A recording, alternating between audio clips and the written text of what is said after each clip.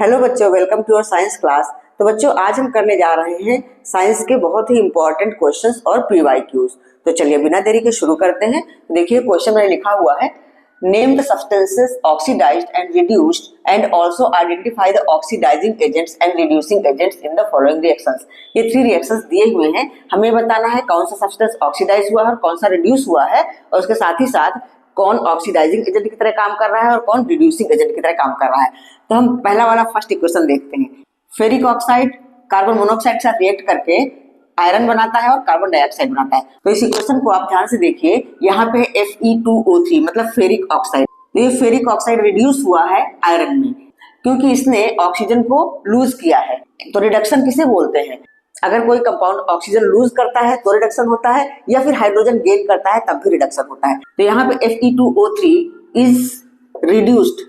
Is reduced to iron और carbon monoxide is oxidised to carbon dioxide. यहाँ पे 1 oxygen है, यहाँ पे ऑक्सीजन के 2 एटम्स मिल गए हैं। ठीक है, तो कार्बन मोनोऑक्साइड ये हुआ है ऑक्सीडाइज्ड टू CO2।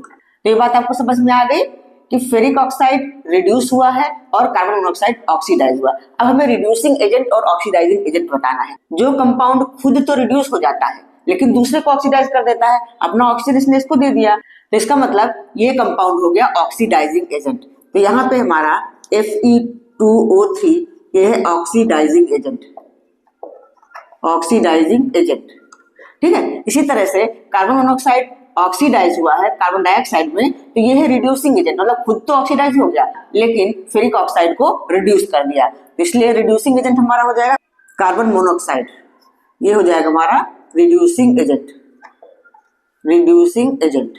तो चलिए अब सेकंड इक्वेशन भी देख लेते हैं। सेकंड में क्या है, फेरिक ऑक्साइड प्लस एल्यूमिनियम ये बनाता है आयरन एंड एल्यूमिनियम ऑक्साइड। तो यहाँ पे भी फेरिक ऑक्साइड Fe2O3 रिड्यूस हुआ है। ठीक है, तो यहाँ पे भी हमारा Fe2O3 is reduced to iron. ठीक है, तो फेरिक ऑक्साइड रिड्यूस हुआ है आयरन में and aluminium is oxidised to aluminium oxide.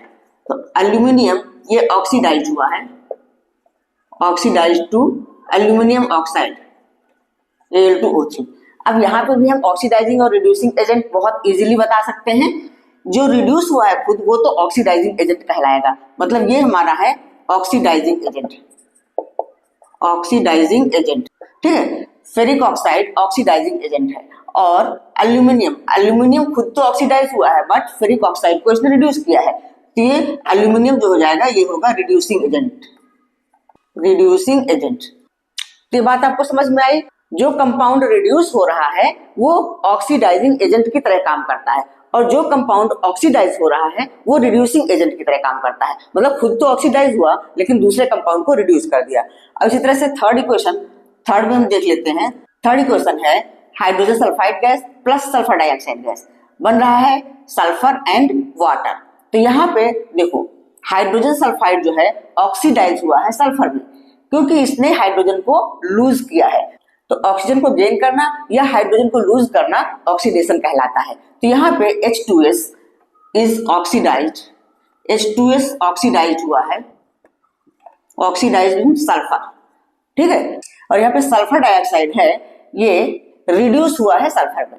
Sulphur dioxide ये ध्यान देना क्योंकि इसने ऑक्सीजन को लूज किया है, सल्फर डाइऑक्साइड सल्फर में रिड्यूस हुआ है, और जबकि हाइड्रोजन सल्फाइड ऑक्सीडाइज हुआ है सल्फर में क्योंकि इसने हाइड्रोजन को लूज किया है। हाइड्रोजन को लूज करना मतलब ऑक्सीडेशन हुआ है। यहाँ पे सल्फर डाइऑक्साइड का रिडक्शन हुआ है क्योंकि इसने ऑक्सीजन लूज कर दिया, यहाँ वाटर बनाने में दे दिया।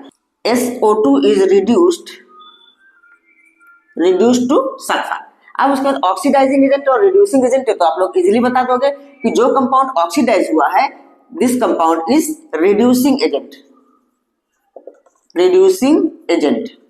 ठीक है, और जो रिड्यूस हुआ है ये हमारा है ऑक्सीडाइजिंग एजेंट।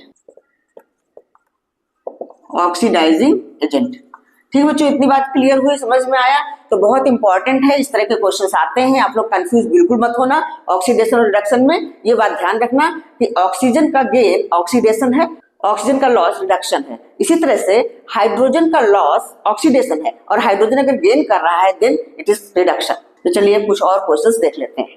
हाँ बच्चों देखिए, बहुत ही इंपॉर्टेंट क्वेश्चन है, how are bases different from alkalis are all bases alkalis. तो बेसिस और अल्कालीज कैसे डिफरेंट है? देखो कुछ बेसिस ही होते हैं जो कि वाटर सोल्यूबल होते हैं, उनको हम अल्कालीज कहते हैं। तो इस क्वेश्चन का आंसर हम ऐसे लिख सकते हैं, bases which are soluble in water are called alkalis. When we dissolve these bases in water, they produce hydroxide ions. तो इसको हम इस तरह से लिख सकते हैं, when dissolved in water, they produce hydroxide ions. For example, इनके example sodium hydroxide and potassium hydroxide.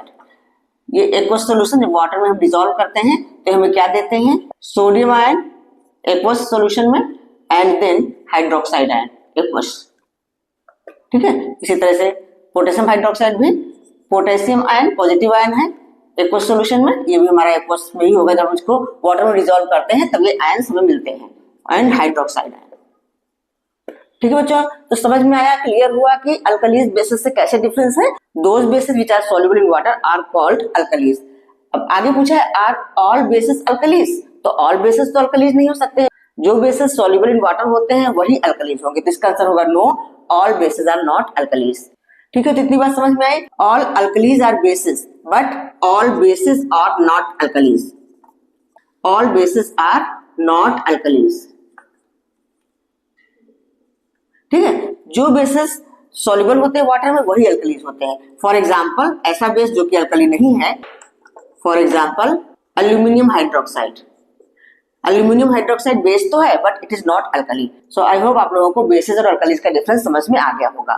तो चलिए नेक्स्ट क्वेश्चन कर लेते हैं। हाँ बच्चों देखिए, क्वेश्चन है give one example of exothermic reaction and one example of decomposition reaction. तो एक्सोथर्मिक रिएक्शन क्या होती है? ऐसी रिएक्शन जिसमें बहुत सारी हीट निकलती है वो एक्सोथर्मिक रिएक्शन कहलाती है। तो इसका एग्जांपल हम देते हैं, जैसे कार्बन को हम एयर में जलाते हैं, कार्बन सॉलिड स्टेट में होता है और ऑक्सीजन में जलाते हैं तो ये बनाता है कार्बन डाइऑक्साइड गैस, और उसके साथ ही साथ बहुत सारी कार्बन डाइऑक्साइड गैस और उसके साथ ही साथ बहुत सारी हीट निकलती है। तो इसको हम बोलते हैं एक्सोथर्मिक रिएक्शन। तो ऐसी रिएक्शन जिसमें हीट निकलती है उसे हम एक्सोथर्मिक रिएक्शन बोलते हैं। And decomposition reaction, decomposition reaction is the reaction in which a single compound breaks into several simpler compounds. तो उसको हम डीकंपोजिशन रिएक्शन बोलते हैं। तो इसका एक एग्जांपल ले लेते हैं, डीकंपोजिशन रिएक्शन का example. Decomposition reaction, calcium carbonate को हीट देते हैं तो ये टूट जाता है सिंपलर सब्सटेंसेस में। एक तो क्विकलाइन CaO जो कि सॉलिड स्टेट में होता है and CO2 carbon dioxide gas, और ये भी हमारा सॉलिड ही होता है कैल्शियम कार्बोनेट। तो कैल्शियम कार्बोनेट को हम लाइमस्टोन भी बोलते हैं। तो डीकंपोजिशन रिएक्शन का एग्जांपल ये हो गया, कैल्शियम कार्बोनेट को हीट दिया तो ये टूट गया सिंपलर सब्सटेंसेस में, कैल्शियम ऑक्साइड जिसको क्विकलाइन बोलते हैं एंड कार्बन डाइऑक्साइड गैस। अच्छा, क्वेश्चन नंबर 4, इसका सॉल्यूशन देख लेते हैं। What happens when sodium bicarbonate is heated. Sodium bicarbonate heat करते हैं तो क्या होता है? देखो इसमें भी डीकंपोजिशन रिएक्शन ही बनेगा, लेकिन चलिए हम रिएक्शन देख लेते हैं। On heating sodium bicarbonate decomposes to form sodium carbonate. तो चलिए इसका फुल रिएक्शन लिख लेते हैं। सबसे पहले सोडियम बाइकार्बोनेट का फार्मूला NaHCO3, इसको हीट देते हैं तो ये डिकम्पोज होकर बनाता है sodium carbonate plus carbon dioxide gas and water. ये है इसका रिएक्शन। ठीक है, तो चलिए बैलेंस कर लेते हैं इक्वेशन। हमारा यहाँ सोडियम 2 है, यहाँ पे 1 ही है, यहाँ पे हम 2 डाल देते हैं तो हाइड्रोजन 2 हो गया, हाइड्रोजन 2, बाकी सारा बैलेंस है। ठीक है, तो what happens when sodium bicarbonate is heated. तो when sodium bicarbonate is heated it breaks down into sodium carbonate, carbon dioxide and H2O। Mainly ये सोडियम कार्बोनेट देता है। सो आई होप आप लोगों को सारे क्वेश्चन समझ में आ गए होंगे। तो अगर वीडियो समझ में आया है, अच्छा लगा है तो लाइक करिए, शेयर करिए और सब्सक्राइब कर लीजिए। फिर मिलती हूँ नेक्स्ट वीडियो में और किसी टॉपिक के साथ। तब तक के लिए बाय बाय।